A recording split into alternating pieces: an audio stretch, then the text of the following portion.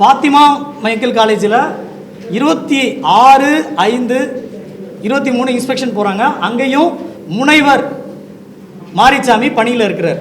இந்த டேபிளை வந்து நீங்கள் இந்த டேபிளில் அனெக்சர் கொடுத்துருப்போம். அனெக்சர் 1ல் ஃபஸ்ட்டில் இருப்பார் மாரிசாமின்றவர். அவர் பணி சேர்ந்த நாளும் இன்ஸ்பெக்ஷன் போன டேட்டும் பார்த்தீங்கன்னா நியரஸ்டில் இருக்கும். இப்போ உதாரணத்துக்கு மாரிசாமி பொறுத்த வரைக்கும் எம்ஆர்கே இன்ஸ்டியூட் ஆஃப் டெக்னாலஜி கடலூரில் 16/5/23 இன்ஸ்பெக்ஷன் போகிறாங்க. அண்ணா யூனிவர்சிட்டியோடைய அஃபிலியேஷன் டீம் விசிட்டிங் போகிறாங்க. அந்த கல்லூரியில் 3/6/20 இவர் ஜாயின் பண்ணியிருக்கிறதா கொடுத்துருக்கிறார். அதே விசிட்டிங் டீம் வந்து அண்ணா யூனிவர்சிட்டியோடைய விசிட்டிங் டீம் வந்து 17/5 அதாவது அடுத்த நாள் 16/5 எம்ஆர்கே இன்ஸ்டியூட் போகிறாங்க. 17/5 தனலட்சுமி சீனிவாசா காலேஜ் போகிறாங்க. அங்கேயும் அந்த மாரிசாமி பணியில் இருக்கிறார். அதுக்கு அடுத்தபடியாக 18 அதுக்கு அடுத்த நாள் 18/5/23 போகும்போது கதிர் காலேஜ் ஆஃப் இன்ஜினியரிங் கோயம்புத்தூர்லேயும் பணியில் இருக்கிறார். அதுக்கு அடுத்த நாள் 19/5/23 போன மே மாதத்தில் நடந்த 4 அடுத்த விசிட்லேயும் இந்த முனைவர் மாரிசாமின்றவர் அடுத்தடுத்த கல்லூரிகளில் இருக்கிறார். முதல் நாள் எம்ஆர்கே இன்ஸ்டியூட்டில் இருக்கிறாரு. 2வது நாள் தனலட்சுமி இன்ஜினியரிங் காலேஜில் இருக்கிறாரு. தனலட்சுமி சீனிவாசா இன்ஜினியரிங் காலேஜ் பெரம்பலூரில் இருக்கிறாரு. அடுத்து 17ஆம் தேதி பார்த்தீங்கன்னா 18 பார்த்தீங்க அப்படின்னா கதிர் காலேஜ் ஆஃப் இன்ஜினியரிங் கோயம்புத்தூரில் இருக்கிறார். அடுத்து 19 பார்த்தீங்கன்னா காஞ்சிபுரத்தில் ஆர்எஸ் இன்ஜினியரிங் காலேஜில் இருக்கிறார். அதுபோல் அந்த மாரிசாமின்ற ஃபேக்கல்ட்டி முழு நேர பேராசிரியர் அந்த கல்லூரியில் முழு நேரமாக நான் இருக்கிறேன்னு சொல்லி 11 இடங்களில் இருக்கிறார். இவர் ஒருத்தர் மட்டுமா அப்படின்னா இல்லை. அதுக்கு மேலே முரளி பாபுன்னு ஒருத்தர் இருப்பார். இந்த முரளி பாபுவும் தமிழ்நாட்டில் இருக்கக்கூடிய 11 கல்லூரிகளில் இன்ஜினியரிங் கல்லூரிகளில் முழு நேர பணியாளராக இருக்கிறார். இந்த முரளி பாபு இன்றைக்கி சிண்டிகேட் மெம்பராக இருக்கக்கூடிய அண்ணா யூனிவர்சிட்டியில் சிண்டிகேட்டு டீமில் இருக்கக்கூடிய ஒரு கல்லூரியில் பணிபுரியறது தான். அந்த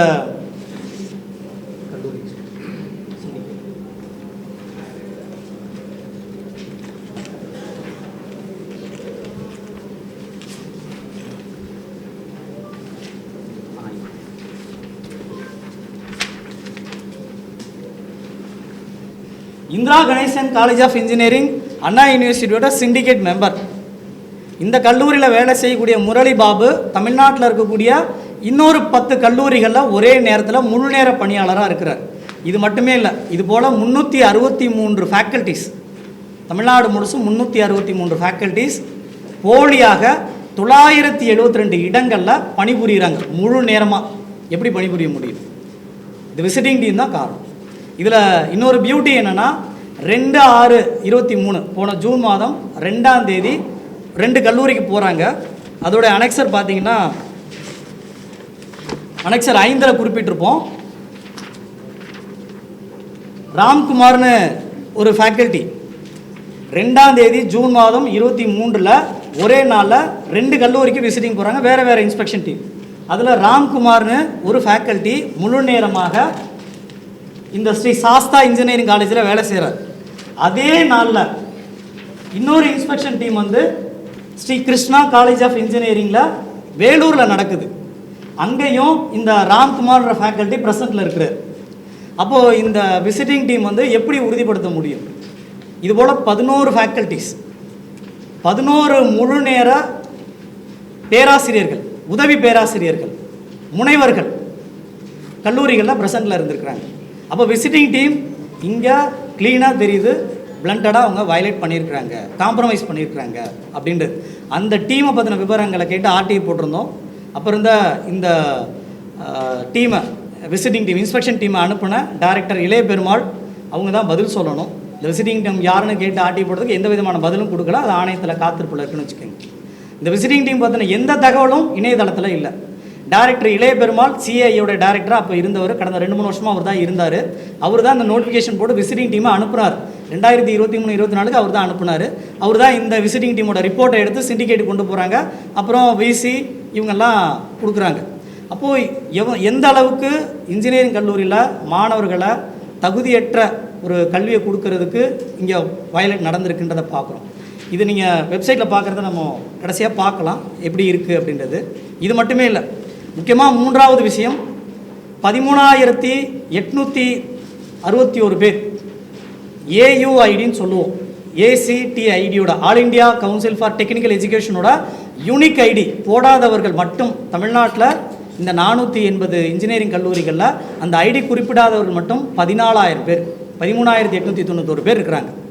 விச் மீன்ஸ் அவங்கெல்லாம் ஃபேக்காக, டம்மியாக, குவாலிஃபைடு இல்லாதவர்களாக இருக்கிறதுக்கு வாய்ப்பு அதிகம். 47,000 பேர் தமிழ்நாட்டில் இருக்கக்கூடிய இன்ஜினியரிங் கல்லூரிகளில் வேலை செய்கிறதா அண்ணா யூனிவர்சிட்டியே கொடுத்துருக்கு. அதில் 14,000 பேருக்கு ஏயுஐடி, அந்த ACTIயோட யூனிக் ஐடி, அந்த யூனிக் ஐடி குறிப்பிடலைன்னா நீங்கள் அந்த டிஸ்குவாலிஃபை பண்ணணும். அப்படி பண்ணாமல் அவங்கள ஃபேக்கல்ட்டி கவுண்ட்டாக எடுத்து அந்த கல்லூரிக்கு அனுமதி கொடுத்துருக்குறாங்க. அப்போ தரமற்ற கல்லூரிகள் இங்கே தமிழ்நாட்டில் தொடர்ந்து இதுக்கு முன்னால் வருஷம் இருந்திருக்குன்னா இதுக்கு முன்னால் வருஷத்துலையும் டேட்டாவில் இருக்கிறத அப்பப்போ செய்திகளுமே பார்த்துருக்கோம். நீதிமன்றமும் அப்போ இதை பற்றி கேள்வி எழுப்பியிருந்தது. அந்த 14,000 இளைஞர்களுக்கு வேலை கிடச்சிருக்கும். ஒரு அமைச்சர் நினச்சிருந்தார்னா, உயர்கல்வித்துறை அமைச்சர் அவர் நினச்சிருந்தார்னா இந்த ஒரு சின்ன விதியை கடைபிடிச்சா இருந்தாலே இன்றைக்கி 15,000 பேருக்கு வேலை கிடச்சிருக்கும். இன்ஜினியர்களுக்கு, தகுதியுள்ள இளைஞர்களுக்கு வேலை கிடச்சிருக்கும். அவரோட அலட்சியமாக விசி வைஸ் சான்சலர் அவர் இந்த எரரை கண்டுபிடிச்சி இதெல்லாம் இல்லையே, மேண்டேட்ரி ஃபீல்டாச்சே இல்லையேன்னு கேட்டிருந்தா இன்றைக்கி 15,000 பேருக்கு வேலை கிடச்சிருக்கும். இந்த பேராசிரியர்களை போலியாக கணக்கு காமிக்கிறது தடுக்கப்பட்டிருக்கும். அதுக்கடுத்து டைரக்டர், சிண்டிகேட், இவங்க எல்லாமே அந்த தரவுகளை சாதாரணமாக நம்ம கண்ணால் பார்த்தாலே தெரியுது. இவங்க என்ன பண்ணியிருக்காங்கன்னா, இந்த ஜோக்கிலலாம் வர்றது போல் மீசை வச்சு ஒரு ஃபோட்டோ, மீசை இல்லாமல் ஒரு ஃபோட்டோ. ஒரு ஃபேக்கல்ட்டி என்ன பண்ணியிருக்காங்கன்னா ஃபோட்டோ நேராக ஒட்டியிருக்கிறாரு, இன்னொரு காலேஜில் ஃபேக்கல்ட்டி வந்து ஃபோட்டோவை திருப்பி ஒட்டியிருக்காரு. ஃபேக்கல்ட்டினா முழு நேர பணியாளர், எம்ப்ளாயி, முழு நேரம் அந்த கல்லூரியோட பணியாளர். இன்னொருத்தர் என்ன பண்ணியிருக்காருன்னா தன்னோட சின்ன வயசில் எடுத்த ஃபோட்டோவை வச்சுருக்கிறார். மாரிச்சாமி 4 வகையான புகைப்படங்களை பயன்படுத்தியிருக்கிறார் 11 கல்லூரிகளில். முரளிபாபுவும் அப்படி தான். இதில் வசந்தா சுவாமிநாதன் ஒரு ஃபேக்கல்ட்டி இருக்கிறார், 10 கல்லூரிகளை வேலை செய்கிறார். ஒரே ஃபோட்டோ 10 இடத்துலையும் கொடுத்துருக்கிறார். இவங்கெல்லாம் எங்கே மாட்டுனாங்க அப்படின்னா, எங்கே சிக்கினாங்க, இந்த பொறியில் எங்கே சிக்கினாங்கன்னா டேட் ஆஃப் பர்த். அவங்களால மாற்ற முடியாத ஒன்று தான். இந்த 363 ஃபேக்கல்ட்டியும் வெரிஃபை பண்ணி அவங்க மீது டிசிப்ளினரி ஆக்ஷன் எடுக்கணும். காரணம் என்னென்னா, இவங்க குறிப்பிட்டதெல்லாம் ஒரு கல்லூரியில் பிஇ நான் இந்த கல்லூரியில் படித்தேன்றாங்க, இன்னொரு கல்லூரியில் ஃபேக்கல்ட்டியாக நான் வேலை செய்கிறேன்னு சொல்லும்போது வேற ஒரு யூனிவர்சிட்டியை கணக்கு காமிக்கிறாங்க. எம்ஏ எங்கே முடிச்சிருக்கீங்கன்னா வேற ஒரு பல்கலைக்கழகத்தை கணக்கு காமிக்கிறாங்க. பிஹெச்டி பண்ணியிருக்காங்க, பிஹெச்டி டைட்டிலை மாற்றிருக்கிறாங்க. ஒவ்வொரு ஃபேக்கல்ட்டிக்கு பின்னாலையும் ஒரு பெரிய ஸ்டோரியே இருக்குன்னு சொல்லலாம். அந்த அளவுக்கு ஒன்றுக்கும் மேற்பட்ட கல்லூரிகளை வேலை செய்யக்கூடிய பேராசிரியர்கள் போலியாக வேலை செய்கிற எண்ணிக்கை மட்டும் 353 972 இடங்களில் அவங்க வேலை செய்கிறாங்க. மொத்தமாக டம்மியாக இருக்கக்கூடிய அன்எலிஜிபிள் ஃபேக்கல்ட்டியாக நாம் சந்தேகத்துக்கு உட்படுறது 14,000 பேர். இந்த செய்தி அதிகார மையத்துக்கு போகுமானால் கண்டிப்பாக வரவிருக்க காலங்களில் 15,000 இளைஞர்களுக்கு, தமிழ்நாடு இளைஞர்களுக்கு, படித்த தகுதியுள்ள இன்ஜினியரிங் மாணவர்களுக்கு, முடித்த மாணவர்களுக்கு வேலை கிடைக்க வாய்ப்பு அதிகம். இதை இந்த அரசு கேட்கலையா? ஒரு நிமிஷம், அரப்போட கூட ஜெயராம் அவங்க பேசிடுவாங்க.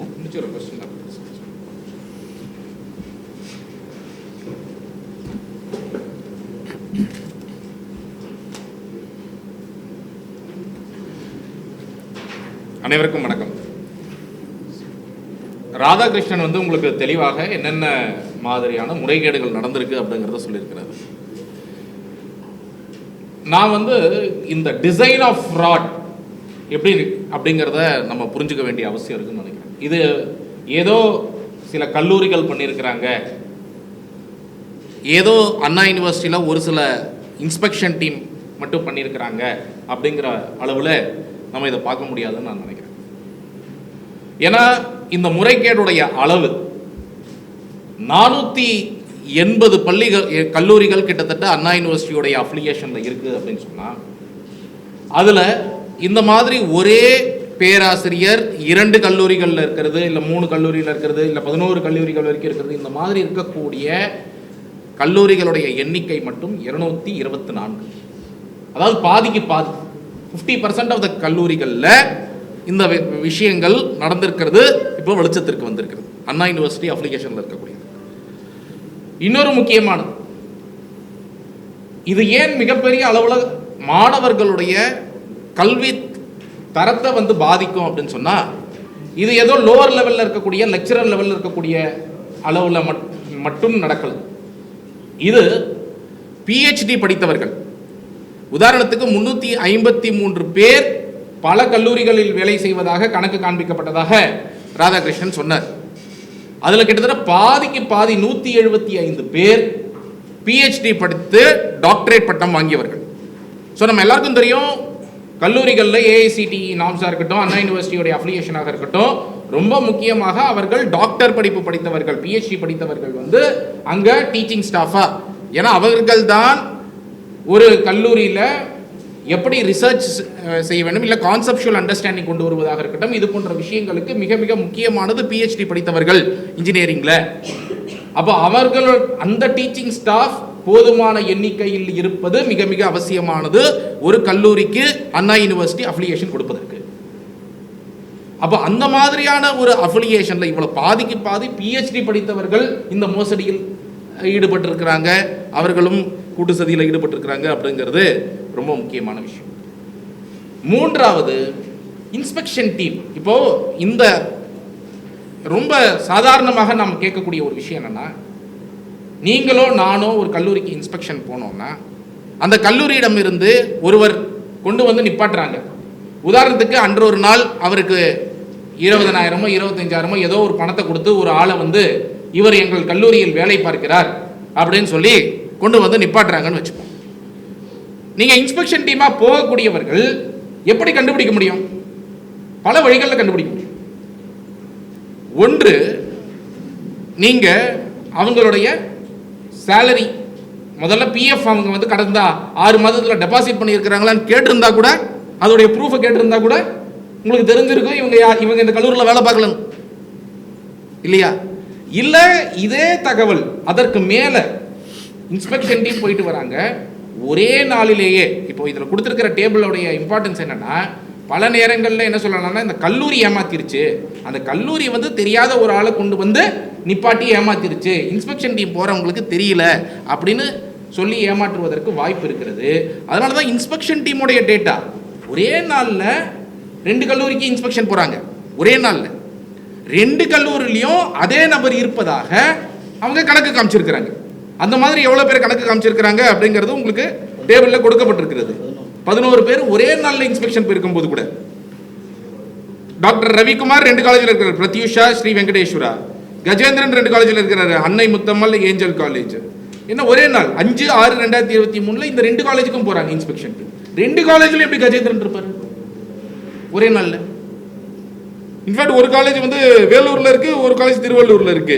ஸ்ரீ சாஸ்தா திருவள்ளூர்ல இருக்கு, ஸ்ரீ கிருஷ்ணா வேலூர்ல இருக்கு, எஸ்எம்கே வந்து செங்கல்பட்டுல இருக்கு, அன்னை வந்து நாமக்கல்ல இருக்கு. ஆனா அவங்க என்ன சொல்றாங்க, காளியப்பன்கிற நபர் அன்றைய தினம் 5/6/2023 அன்று செங்கல்பட்டுலயும் இருந்தார், நாமக்கல்லையும் இருந்தார். அப்போ இதுதான் இந்த இன்ஸ்பெக்ஷன் டீம் அப்படிங்கிறதே ஒரு மோசடி. இந்த இன்ஸ்பெக்ஷன் டீம் அப்படிங்கிறது இவர்களுடைய கூட்டு சதியோட தான் இது இயங்குதுங்கிறது. சரி, இதுக்கு மேல ஸ்டாண்டிங் கமிட்டி இருக்கு, இதுக்கு மேல வைஸ் சான்சலர் இருக்கிறாரு. இந்த டேட்டாலாம் நாங்கள் எங்கேருந்து எடுத்தோம்? அண்ணா யூனிவர்சிட்டியோட சிஏஐலேருந்து எடுத்துருக்கோம். அந்த யார் அஃபிலியேஷன் கொடுப்பாங்களோ அந்த வெப்சைட்லேருந்து எடுத்துருக்கிறோம். இப்போ இந்த டேட்டா எங்ககிட்ட இருக்குன்னா அவங்க கிட்ட இருக்கு. அவங்க அந்த டேட்டாவை எடுத்து இப்படி வச்சு பார்த்துருந்தாங்க அப்படின்னா, ஒரே ப்ரொஃபஸர் 4 காலேஜில் இருக்கிற மாதிரி நம்மளே கணக்கு காமிச்சிருக்கிறோமே, எப்படி வந்து இது சாத்தியம், எப்படி இந்த காலேஜுகளுக்கு அப்ரூவல் கொடுத்துருக்கோம்னு சொல்லி ஒரு வைஸ் சான்சலரோ ஒரு ஸ்டாண்டிங் கமிட்டியோ கேள்வி எழுப்பியிருக்க மாட்டாங்களா? இல்லை ஒரு சிண்டிகேட் மெம்பர்? அப்போ இது எதுவுமே எழுப்பவில்லை என்றால், இது இந்த டிசைனே எப்படி செய்யப்பட்டிருக்கிறது என்றால், நீங்கள் இந்த மாதிரி ஃப்ராட் பண்ணுங்கன்ற ஒரு டிசைனில் தான் இருக்கு. நீங்கள் போய் என்ன கேட்க வேண்டும்? இன்ஃபேக்ட் ஏஐசிடிஇ ஐடி என்று ஒன்று இருக்கு. அப்போ ஏஐசிடிஇ ஒவ்வொரு வருடமும் 5% காலேஜை இன்ஸ்பெக்ஷன் பண்ணுறோம் அப்படின்றாங்க.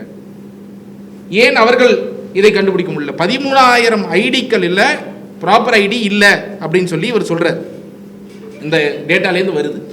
அப்போது அதை ஏன் வந்து இன்னி வரைக்கும் என்ஃபோர்ஸ் பண்ணல?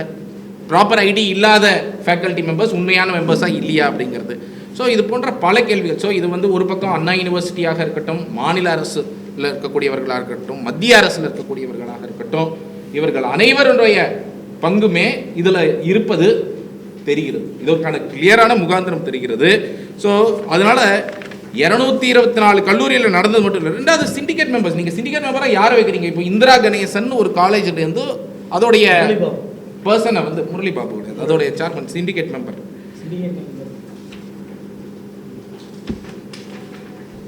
பாலகிருஷ்ணன் ஒருவரை வச்சிருக்கிறீங்க, இந்திரா கணேசன்.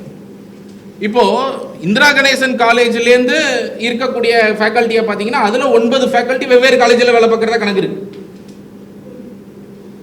அப்போ சிண்டிகேட் மெம்பராக இருக்கக்கூடியவர்களே அந்த காலேஜ் கல்லூரியிலேயே வந்து இந்த மாதிரி விஷயங்கள்ல ஈடுபட்டதுக்கு வந்து ப்ரூஃப் இருக்கு.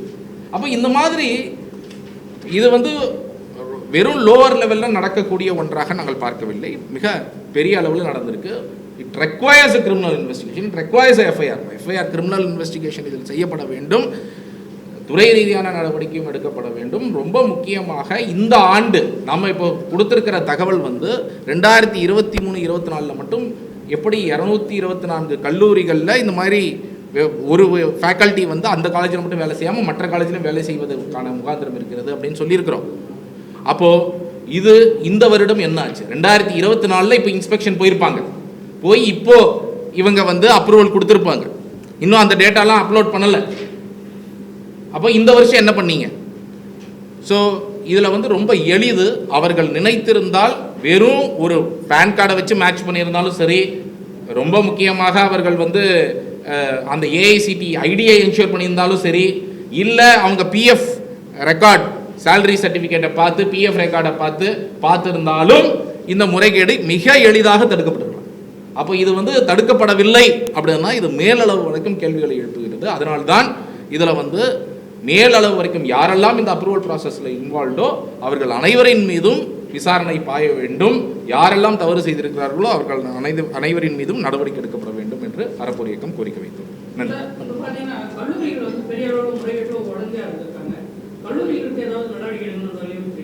ஆமாம், நம்ம நடவடிக்கை எடுக்க வேண்டியது ஒன்று, யாரெல்லாம் பொது ஊழியர்கள் அரசாங்கத்தில் அண்ணா யூனிவர்சிட்டியில் இன்வால்வ் இருக்கிறாங்களோ அவங்க, கல்லூரிகள் எந்தெந்த கல்லூரிகள் எல்லாம் இந்த முறைகேட்டில் ஈடுபட்டு இருக்கிறதோ அந்த கல்லூரியின் நிர்வாகிகள் மேலே நடவடிக்கை எடுக்கப்பட வேண்டும். யாரெல்லாம் பேராசிரியர்கள் இது போன்ற ஒரு ஐடியா கொடுத்து 11 காலேஜில் வேலை பார்ப்பதாக கணக்கு காமிச்சிருக்கிறாங்க, 10 காலேஜில் இந்த மாதிரி பேராசிரியர்கள், இவர்கள் மீது நடவடிக்கை எடுக்கப்பட வேண்டும். ஏஐசிடியோடைய இன்ஸ்பெக்ஷன் என்ன பண்ணுறாங்க, அவர்களுடைய ரோல் என்ன, அவர்கள் மீது நடவடிக்கை எடுக்கப்படணும். அப்போ இவர்கள் அனைவரின் மீதும் நடவடிக்கை எடுக்கப்படும்.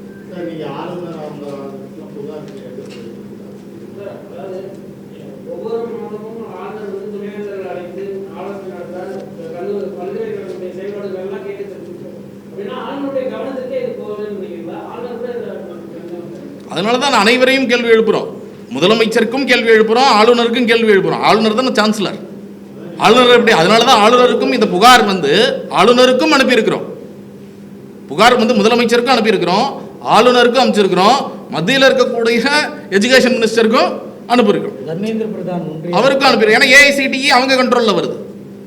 இங்கே மாநில அரசில் இவங்க இன்ஃபேக்ட் இந்த அண்ணா யூனிவர்சிட்டி வந்து மாநில அரசு கண்ட்ரோலில் வருது, சான்சலராக இருக்கக்கூடியவர் கவர்னர். அப்போ இவங்க யாருமே பார்க்கலையா?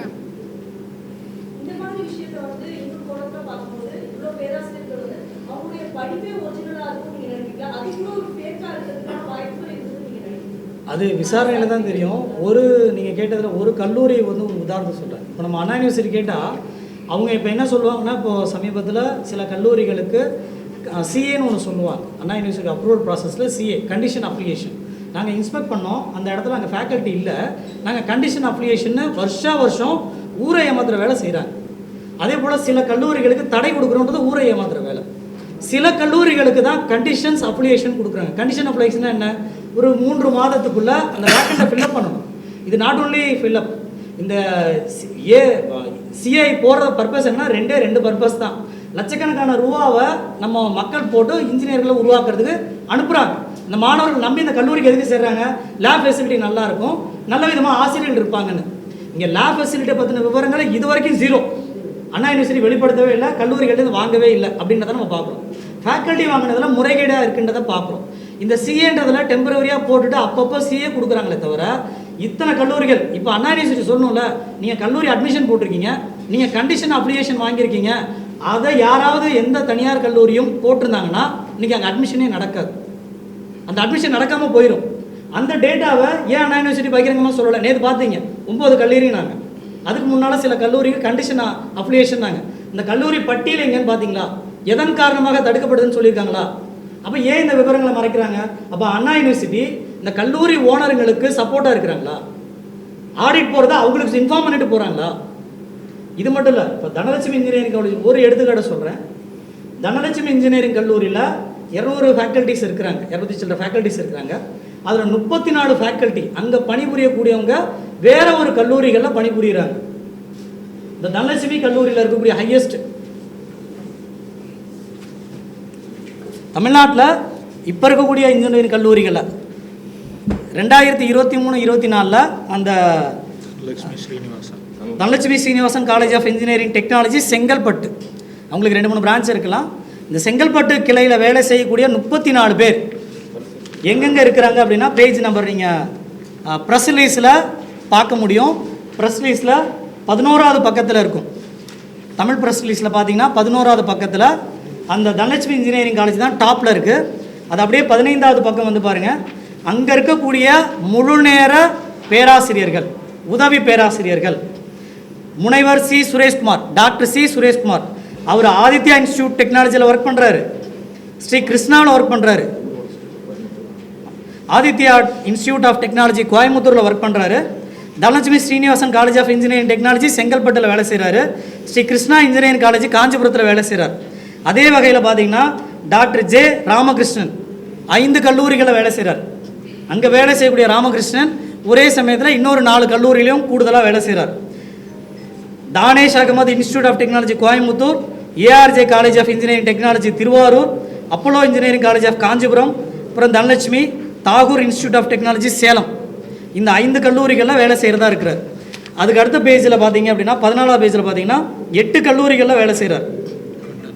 டாக்டர் எஸ் கண்ணன், அவர் தனலட்சுமியோடு சேர்த்து ஜிகேஎம்மில் வேலை செய்கிறாரு, கதிர் காலேஜில், MET Kanyakumari, Matha engineering Kanchipuram, Mohammed Sathak Chengalpattu, Rangaraj Varadaraj Virudhunagar, TJS engineering Thiruvallur. இந்த எல்லா விவரங்களும் அண்ணா யூனிவர்சிட்டியோட வெப்சைட்டில் இது நீங்களே பார்க்க முடியும். எப்படி பார்க்கலான்றது இப்போ நம்ம பார்க்குவோம். அந்த வெப்சைட்டில் போய் அஃபிலியேஷன் ஒரு டேக் இருக்குது. சிஏஐயோட வேலை என்ன? இங்கே இவ்வளோ மாணவர்கள் படிக்க போகிறாங்க, வர்றதுக்கு முன்னால் இவ்வளோ ஆசிரியர்கள் இருக்கணும், இவ்வளோ மாணவர்கள் வரப்போகிறாங்க, இவ்வளோ லேப் ஃபெசிலிட்டி இருக்கணும். இதை பார்த்து தகுதியாக கொடுக்க முடியாத அவங்களாம் அந்த பிரிவு எதுக்கு? சிஏஏ எதுக்கு? அந்த வேலையே செய்யலைன்னா அந்த பிரிவு எதுக்கு? அப்போ அந்த டைரக்டர் தான் இங்கே கேள்விக்கு உட்படுத்தப்படுறார். இந்த கல்லூரி நிர்வாகிகள் மீதும் விசாரிக்கப்படணும். ரொம்ப ஒரே நடந்து வரக்கூடியதாக தான் பார்க்கிறோம். இது வந்து ஒரு வருடத்தில் நடந்ததில்லை, பல வருடங்களாக நடந்து வரக்கூடியதாக இருக்கிறோம். 2023-24 டேட்டா கூட நம்ம வந்து இப்போ எடுத்து வச்சிருக்கிறோம். ஸோ இது விசாரணை அப்படிங்கிறது அவங்க கேட்ட கேள்வி, நீங்கள் கேட்குற கேள்வி ரெண்டுக்குமே இப்போ விசாரணை பாயும்போது அது வந்து ஒரு வானளாவிய அதிகாரம் வந்து ஒரு விசாரணை அமைப்புக்கு கிடைக்குது. அப்போ அவர்கள் வந்து இதில் நடந்த அனைத்து முறைகேடுகளையும், உதாரணத்துக்கு நீங்கள் கேட்டது என்னன்னா, அவங்க உண்மையிலேயே டாக்டர் பட்டம் படிச்சிருக்கிறாங்களா அப்படின்னு கேட்குறீங்க. இப்போ இது வந்து என்னன்னா ஃபிசிக்கலாக அவங்க அந்த இன்ஸ்பெக்ஷன் டீம் போகும்பொழுது அவங்களுடைய ஒரிஜினல் சர்டிஃபிகேட்டை காமிச்சு வெரிஃபை பண்ணணும், அவங்க உண்மையிலே படிச்சிருக்கிறாங்களா இல்லையா அப்படிங்கிறதெல்லாம். ஸோ படித்திருப்பதாக இப்போ சொல்கிறாங்க. இப்போ நமக்கு வந்து அந்த ஆக்சஸ் கிடையாது, அவங்க உண்மையிலேயே படிச்சிருக்கிறாங்களா இல்லையா நமக்கு தெரியாது. ஸோ அதெல்லாம் விசாரணையில் தான் கொண்டு வரணும். இன்னொரு ரொம்ப முக்கியமானது, இப்போ ஒரு பேராசிரியர் 2 கல்லூரியில் வேலை பார்க்குறாரா அப்படி 3 இல்லை 11 அப்படிங்கிறது தான் இந்த விசாரணை நம்மளுடைய எக்ஸ்போஸையில் வந்திருக்கு. ஆனால் பல இடங்களில் ஒரு காமன் நாலேஜ், நீங்களும் உங்களுக்கே தெரியும், யாரோ ஒருத்தர் எங்கேயாவது வேலை செஞ்சுட்டு இருப்பாரு, ஏதாவது இண்டஸ்ட்ரியில் கூட இருப்பார், ஆனால் அவர் எம்இ படிச்சிருக்கிறாரு இல்லை பிஹெச்டி படிச்சிருக்கிறாருன்னா அவரை ஒரு நாள் கூட்டின்னு வந்து அந்த காலேஜில் வந்து கணக்கு காண்பிப்பதற்காக ஒரு நாள் கூட்டின்னு வந்து இன்ஸ்பெக்ஷன் டீம் வர அன்றைக்கி வர சொல்லுவாங்க. அதற்கு ஒரு பணம் பே பண்ணப்படுது. அப்போ ஒருவேளை நிறைய நபர்கள் ஒரு காலேஜில் மட்டும் போய் பண்ணலாம், அதெல்லாம் இன்னும் இதில் வரவே இல்லை. ஸோ அதெல்லாம் விசாரணையில் தான், அதற்கு தான் பிஎஃப் டேட்டா சேலரி டேட்டா எடுக்கும். பிஎஃப் டேட்டா சேலரி டேட்டா எடுத்தாங்க விசாரணை அமைப்பு அப்படின்னா, யார் உண்மைகளையே வேலை செய்கிறார்கள், எவ்வளவு பேர் வேலை செய்கிறார்கள், எவ்வளவு பேர் போலியானவர்கள். நாம கொடுத்திருக்கிறது குறைந்தபட்சம் போலியானவர்கள், போலியாக வேலை செய்வதாக இருக்கக்கூடியவர்கள். இதை தாண்டி பல மடங்கு கூட உண்மை இருக்கலாம்.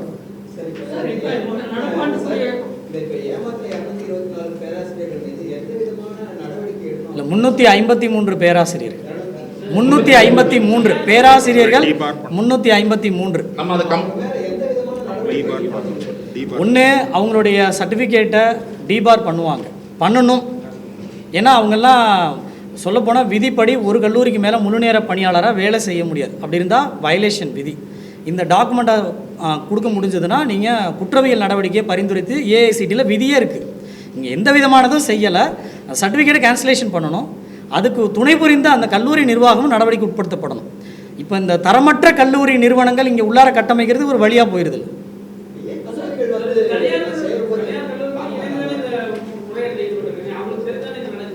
அதுதான் கேட்குறோம். சில பேருக்கு தெரிஞ்சிருக்கலாம், சில பேருக்கு தெரியாமல் கூட இருக்கலாம்.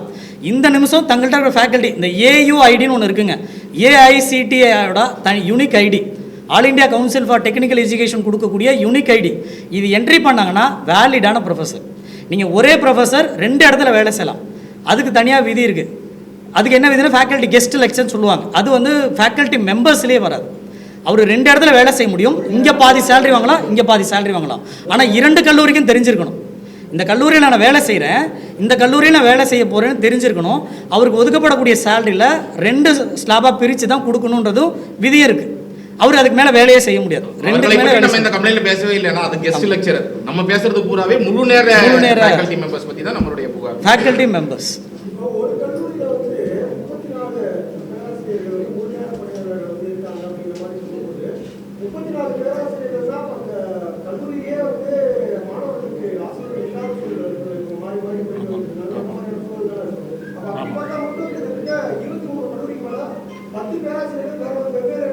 வேலை சார். அப்போ அது எல்லாமே வந்து 9 கால கல்லூரிகள் மட்டும்தான் எந்த விதிமுறைகளையும் பின்பற்றலாம் அப்படின்ற மாதிரி மூலத்துக்கான தற்காலிக தடையை விதிச்சிருக்காங்க. அப்ப இப்படி பார்த்தா பல கல்லூரிகள் 200 கல்லூரிகள் கிட்ட வருது. அதான் சொல்றேன், பாதிக்கு பாதி கல்லூரிகள்ல இது போன்ற முறைகேடு நடக்குது. அதில் இன்ஜினியரிங் கல்லூரிகள் மட்டும் 433, அதில் இந்த 224 நீங்கள் பேன் பண்ணணும் 50%.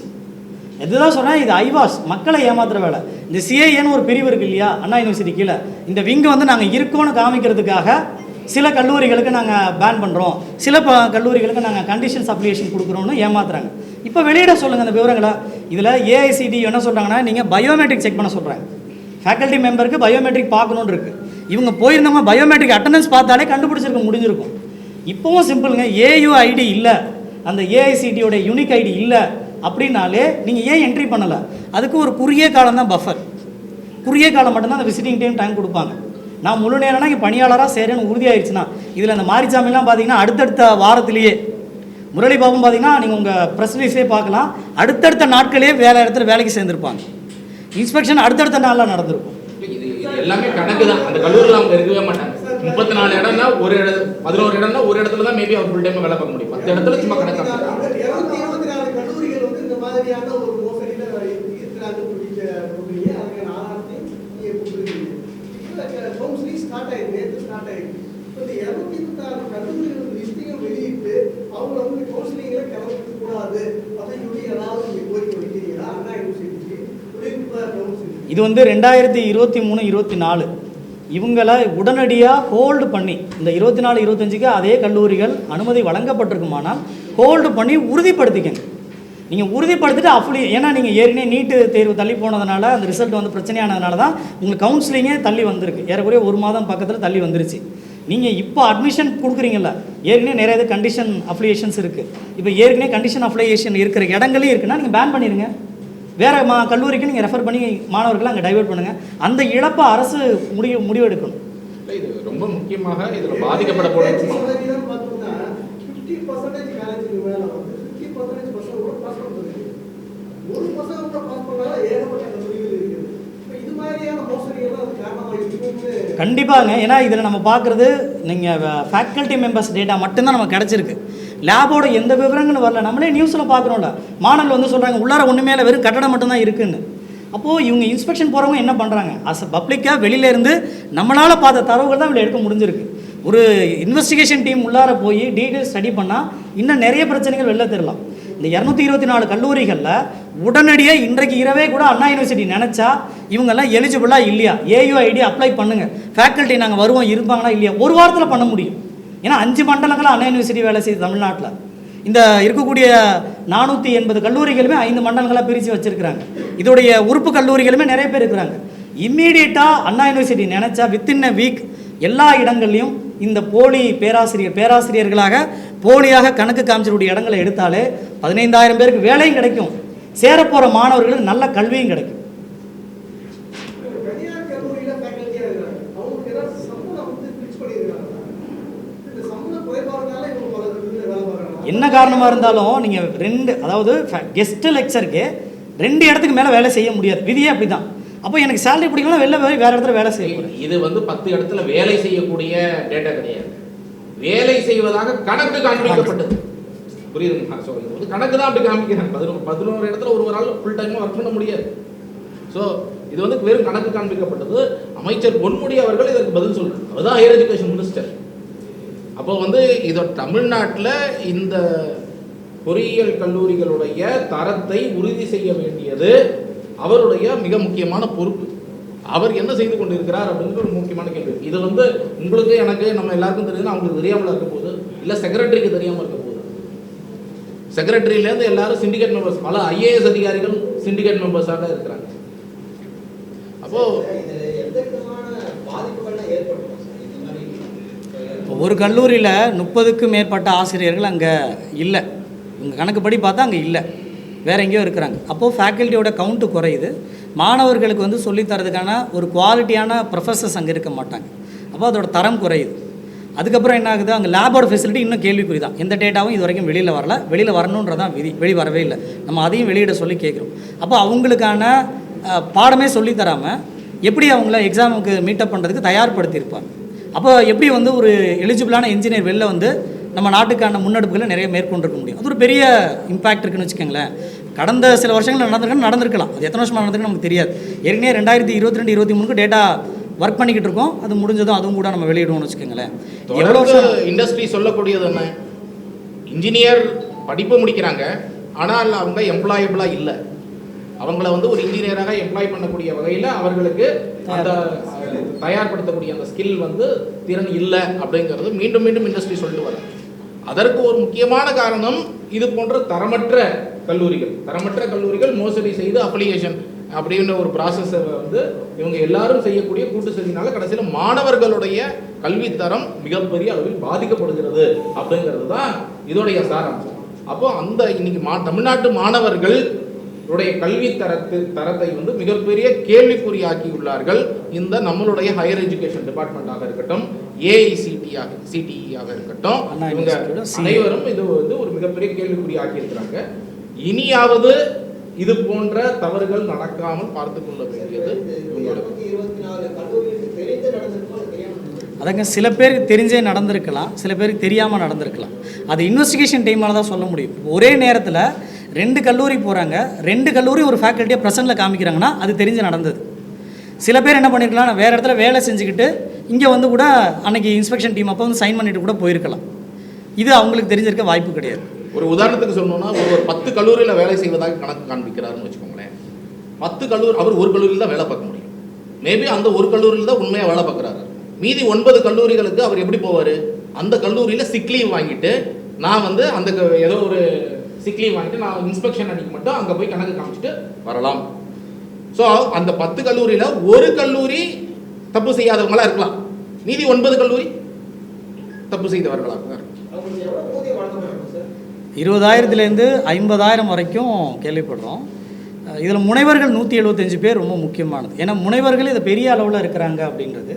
இன்னொரு செய்தி என்ன அப்படின்னா, இப்போ நீங்கள் இந்த வெளில பார்க்குறதுலாம் ரொம்ப கம்மி, இன்னும் உள்ளுக்குள்ளே நிறைய இருக்கிறதுக்கு வாய்ப்பு இருக்குது. அங்கே ப்ரெசென்ட்டே ஆகாமல் 20,000 அந்த துணை பேராசிரியர், அப்புறம் பேராசிரியர், இணை பேராசிரியர், முனைவர்ன்ற மாதிரி இருக்குது. அந்த கிரேடை பொறுத்து மினிமம் 25 இன்ஸ்பெக்ஷன் அன்னைக்கு வர அன்னைக்கு கொடுக்கக்கூடிய பைசாவை சொல்கிறீங்களா? சேலரி வந்து இவர் சொல்கிறது. பட் ஈவன் இன்ஸ்பெக்ஷனுக்கு கூட இது ஒரு பெரிய ஏஜென்டெல்லாம் வச்சு மிடில் மேன்லாம் வச்சு நடக்குதுன்னு நாங்கள் கேள்விப்படுறோம். ஹோட்டல்லாம் புக் பண்ணி ஒரு ஆசிரியர் வந்து கணக்கு காமிக்கணும்னா அவருக்கு ஹோட்டல் புக் பண்ணி அவருக்கு வர வச்சு இந்த மாதிரி ஒவ்வொரு நாளும் ஒவ்வொரு இடத்துக்கு போய் அவர் கணக்கு காமிப்பார். அவருக்கு ஒவ்வொரு இடத்துலையும் ஒவ்வொரு காலேஜ் வந்து ஹோட்டல் புக் பண்ணி கொடுப்பாங்க. இதை அரேஞ்ச் பண்ணுறதுக்கு ஏஜென்ட் இருக்கிறாங்க.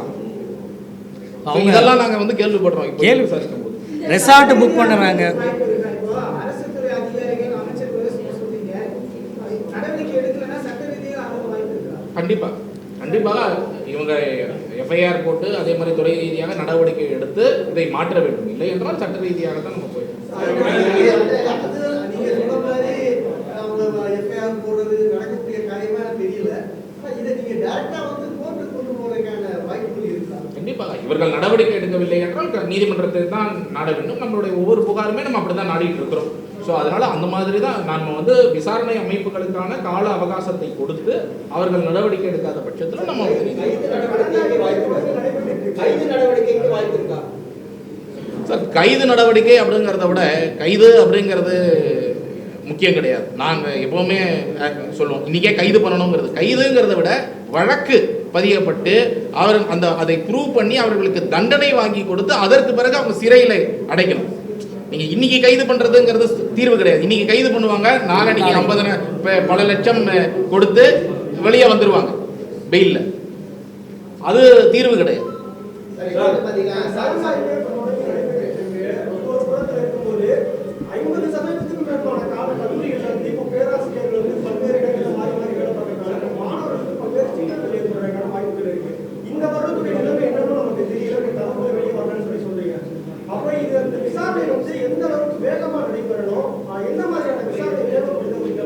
அதுதாங்க அண்ணா யூனிவர்சிட்டி நினைச்சா வித்தின் அ வீக், ஒரு வாரத்திற்குள்ள இந்த 400 கல்லூரிகளை உடனடியாக தரவுகளை ரீசெக் பண்ணுறதோ, அந்த ஃபேக்கல்ட்டி இருக்கிறத பார்க்குறதோ எந்த விதத்துலையும் வாய்ப்பு இல்லாமல் இல்லை. எல்லாத்துக்கும் வாய்ப்பு இருக்குது. அண்ணா யூனிவர்சிட்டி பொறுத்த வரைக்கும் இன்றைக்கி அரசு நினச்சா செய்ய முடியும். இந்த ஃபேக்கல்ட்டியோட மிக துரிதமாக செய்யப்படணும். ஏன்னா இந்த துரிதமாக இந்த ஒரு வாரம் 10 நாளுக்குள்ள இவங்க பண்ணாதான் இந்த ஆண்டு அது போன்ற போலி கல்லூரிகளை இவங்க வந்து அப்ளிகேஷன் கொடுக்காம நிப்பாட்டி மக்களுக்கும் கவுன்சிலிங்க்கு போகக்கூடியவர்களுக்கும் இது போன்ற கல்லூரிகளை அப்ளிகேஷன் இல்லைங்கிறத செய்ய முடியும். ஸோ அது வந்து மிக துரிதமாக அவர்கள் செய்ய வேண்டியது அவசியமாக இருக்கு.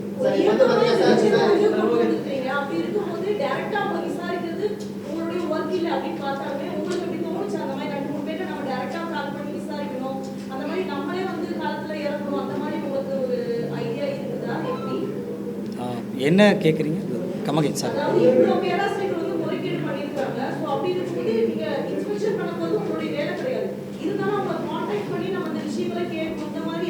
இல்லை, அவங்கள அப்ரோச் பண்ணுறது நம்ம வேலை அல்ல. நம்ம என்ன பண்ணோம்னா இந்த தரவுகளை வச்சு இப்போ முன்னால் வச்சுருக்கோம். இந்த தரவுகளுக்கு நடவடிக்கை எடுக்க வேண்டியது அதிகார மையம் தான் விசாரணை எடுக்கும்.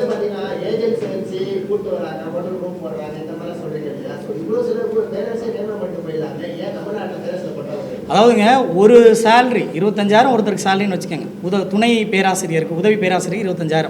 ஒரு வருஷத்துக்கு கொடுக்குற சேலரி 2.5 லட்சம் வருதுன்னு வச்சுக்கோங்க. அவருக்கு ஒரு நாள் செலவு 25,000 கையில் கொடுத்துடலாம். ரூமு, ரெசார்ட்டு அது இதுவும் சேர்த்தா கூட இன்னொரு 10,000 15,000, 2 லட்ச ரூபா உங்களுக்கு லாபம். ஒரு ஃபேக்கல்ட்டிக்கு 2 லட்ச ரூபா உங்களுக்கு லாபம். அப்போது எத்தனை ஃபேக்கல்ட்டி அவங்க டம்மியாக காமிக்க முடியுதோ அந்த அளவுக்கு கல்லூரி நிர்வாகத்துக்கு லாபம் செலவும் பண்ண தேவை கிடையாது. அதே போல் அஃபிலியேஷன் தக்க வச்சிடறாங்களா? அஃபிலியேஷன் தக்க வச்சிடுறாங்க. அப்போ என்றைக்கு வேணாலும் நான் நடத்திக்க முடியும்னு ஒரு எண்ணம் வந்துடுது. அதனால தான் மாணவரோட கல்வித்தரத்தில் இன்னும் டைலூட் ஆகுதுன்றோம். லேபோட விவரங்களே இன்னும் வெளில வரல. இந்த லேபோட ஃபெசிலிட்டி எவ்வளோ இருக்குன்னு தெரியலை. மாணவர்கள் வெளியில் தெரிஞ்ச ஆசிரியர்கள் பற்றி, துணை பேராசிரியர்கள் பற்றி, அந்த முனைவர்கள் பற்றியே இவ்வளோ விவரம் வெளில வந்திருக்குன்னா அப்போ அந்த ஒரு ஃபேக்கல்ட்டி, அந்த முனைவர் வந்து எப்படி டீச் பண்ணியிருப்பார்? ஒரு 4 பேருக்கு பிஹெச்டிக்கு எப்படி ட்ரைனிங் பண்ணியிருப்பார்? எப்படி தீசஸ் கொடுத்துருப்பார்? ஏனோ தானோ தீசஸ் கொடுத்துருக்காங்க. இதில் இருக்கக்கூடிய முனைவர்களே ஒவ்வொரு கல்லூரிகளில் வேறு தீசஸ் பண்ணால் தான் ஹெட்டிங்ஸ் கொடுக்குறாங்க. அது எப்படி பண்ண முடியும்? ஒரே யூனிவர்சிட்டி, ஒரே வருஷம், ஆனால் வேறு தீசஸ். அது இயல்பில் பாசிபிலிட்டியே இல்லாத ஒரு விஷயத்தை முனைவர்களே செஞ்சுருக்கிறாங்க. அப்போ இந்த கோணத்தில் தானே இந்த பிஹெச்டி பண்ணுறவங்களுக்கு கைட் பண்ணுவாங்க. முனைவர்கள் அப்படி தானே இருக்கிறாங்க.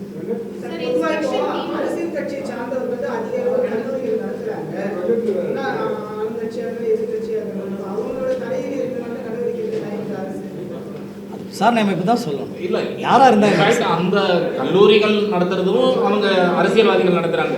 பட் இதை நிர்வகிக்கிறதும் சிண்டிகேட் மெம்பர்ஸ்லேயே அரசியல்வாதிகள் இருக்கிறாங்க. நீங்கள் அமைச்சரே தான் இதுக்கு பொறுப்பு, அவரே ஒரு அரசியல்வாதி தானே. அதனால நேரடி பொறுப்பு அங்கேயே இருக்கும்பொழுது நம்ம சுற்றி வளைச்சு போக வேண்டிய அவசியம். அந்த லைவ் மட்டும் பார்த்துறீங்களா?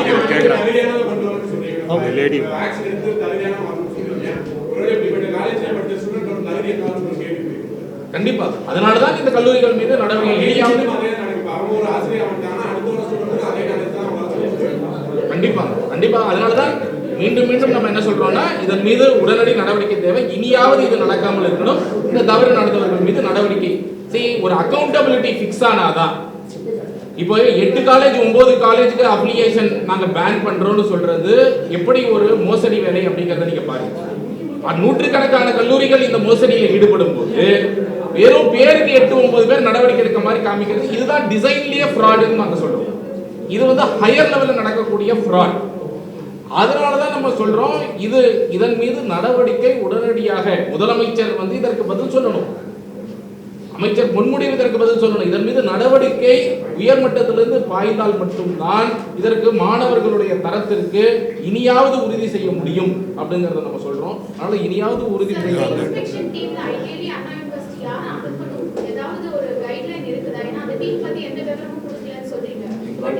விசிட்டிங் டீமுக்கு வந்து டைரக்ஷன்ஸ் இருக்குது. எப்படின்னா அண்ணா பல்கலைக்கழகத்துடைய உறுப்பு பல்கலைக்கழகத்தில் இருப்பாங்க, சீனியர்ஸில் இருப்பாங்க, லெக்சராக இருப்பாங்க, ஃபேக்கல்ட்டி அதில் இருக்கக்கூடியவங்க தான் வருவாங்க. அவங்க தான் இதுக்கு வர முடியும். இன்னொரு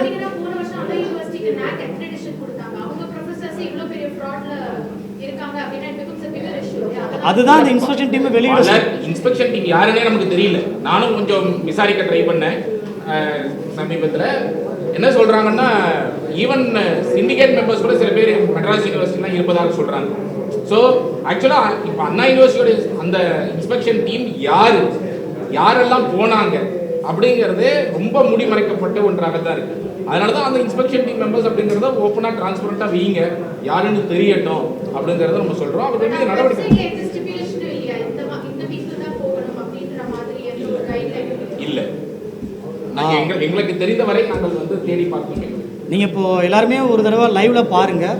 ஏன்னா நீங்கள் நினச்சிங்கன்னா எல்லா மாணவர்களும் அவங்கவுங்க வீட்டிலேருந்தே பார்க்கலாம், உங்கள் மொபைல்லே பார்க்கலாம். ஃபஸ்ட்டு டேட்டா மட்டும், அந்த மாரிச்சாமின்ற டேட்டா மட்டும் நீங்கள் ஆன்லைனில் லைவில் எப்படி பார்க்கலாம், எப்படி எந்த சைட்டில் எடுக்கிறோம் இந்த விவரங்களை அப்படின்றத நீங்கள் இது எல்லாருக்கும் கொண்டு போங்க.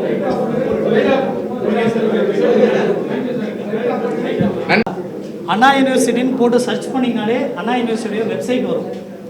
அண்ணா யூனிவர்சிட்டி ஹோம் சைட்டு தான் நம்ம முதல்ல போகிறோம். இந்த ஹோம் சைட்டை பார்த்தீங்கன்னா மேலே அப்ளிகேஷன் இருக்கும். இந்த அப்ளிகேஷன்றது இருக்கும். அண்ணா யூனிவர்சிட்டி ஹோம் சைட்டில் அப்ளிகேஷன், அங்கீகாரம், இணைப்பு வழங்கக்கூடியது அப்படின்ற ஒரு டேக் இருக்கும். இந்த டேகை கிளிக் பண்ணிங்கனாலே இந்த கல்லூரியோட மெயின் சைட் வந்துடும். CAI சென்டர் ஃபார் அப்ளிகேஷன், இதான் CAIயோட ஹெட் பேஜ். அண்ணா யூனிவர்சிட்டிக்கு மொத்த தமிழ்நாட்டிலுடைய எல்லா இன்ஜினியரிங் கல்லூரிகளுக்கும் அங்கீகாரம் வழங்கக்கூடிய பிரிவு தான். இதில் எல்லாத்தோட கல்லூரியோட பேர், அந்த மாவட்டங்கள் பேக் வந்து இதில் ABCDல நீங்கள் ABCDல எடுக்க முடியும். அஃபிலியேட்டட் காலேஜ் இப்போ இருக்கக்கூடிய லைவ் டேட்டா நீங்கள் இப்போ நாம சொன்னது கூட நீங்கள் நம்பணும் அவசியம் இல்லை. அஃபிலியேட்டட் காலேஜில் போனீங்கன்னா 2023-24 அஃபிலியேட்டட் காலேஜில் சென்னை, கோயம்புத்தூர், திருச்சி, மதுரை, திருநெல்வேலி உட்பட 5 மண்டலங்களாக பிரித்து கல்லூரிகளை வச்சிருக்கிறாங்க. நீங்கள் இதுக்குள்ளே போனீங்கன்னா சென்னைக்குள்ளே போனீங்கன்னா ஒரு 4-5 கல்லூரி இருக்கும். அந்த கல்லூரியோடைய இண்டிவிஜுவல் PDF இந்த மாதிரி சமைச்சு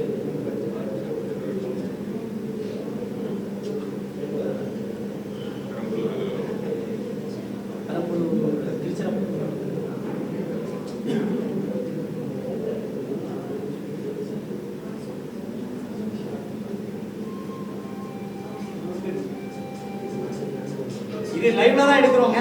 நீங்களுமே பார்க்க முடியும். தமிழ்நாட்டு மாணவர்கள்லாம் இன்ஜினியரிங் கல்லூரியில் சேர்றதுக்கு முன்னால உங்க கல்லூரி இங்கே தான் அட்மிஷன் போற போறீங்களா, எப்படி இருக்குன்னு பார்த்துட்டு போங்க. அந்த ஃபர்ஸ்ட் பேஜ், அந்த அப்ளிகேஷன் நடந்த ஃபர்ஸ்ட் பேஜ், அந்த கல்லூரியோட விவரம் இருக்கும். அவங்க என்னென்ன டிபார்ட்மெண்ட்ல என்னென்ன இருக்கிறாங்க, எந்த வருஷத்துக்கு எவ்வளோ சீட் அலாட்மெண்ட். இங்கிலீஷ் 30லேருந்து 60 பேர் இங்கிலீஷ் பண்ணி கொடுக்குறாங்கன்னா அது பேஸ்ட் ஆன் 60 பேர் இருக்காங்களா இல்லையா. அந்த கல்லூரிக்கு 23 30 பேர், இது 60 பேர். இப்போ CA கொடுத்துருக்காங்க, கண்டிஷன் அப்ளிகேஷன் கொடுத்துருக்காங்கன்னு இங்கே மென்ஷன் பண்ணுவாங்க. இது சாங்ஷன்ட் டேட்டா கீழே பேர்.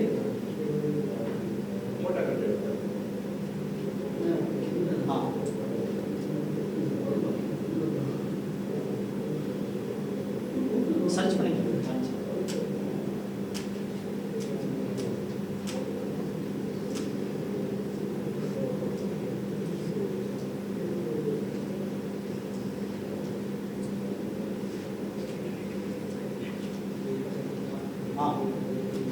இந்த முனைவர் மாரிசாமி இவர் 11 கல்லூரிகளில் வேலை செய்யக்கூடியது. இது ஒன்று சாம்பிள் காமிக்கிறோம், மீதி நம்ம பிடிஎஃப் ஏற்கனவே வச்சிருக்கோம். இந்த பிடிஎஃப்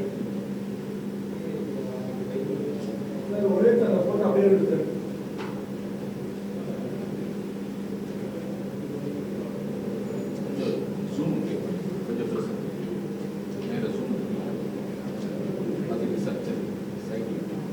கண்ட்ரோல் ப்ரெஸ் பண்ணி ஸ்க்ரோல்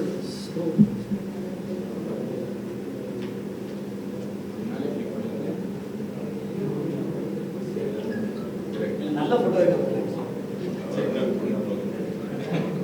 இல்ல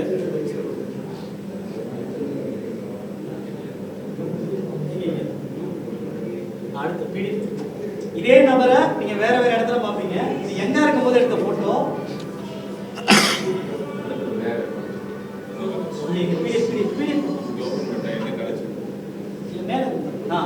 அடுத்து இது அப்படியே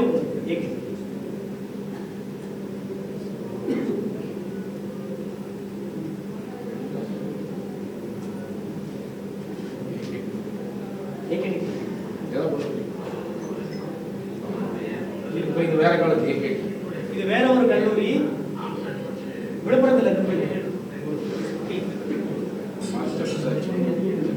மூணாம் பேஜில் இருக்கு தனியா. கீழே வாங்க வந்து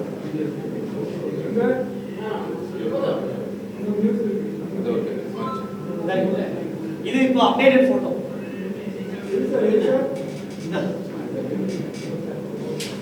மவுஸ் ஸ்க்ரோல்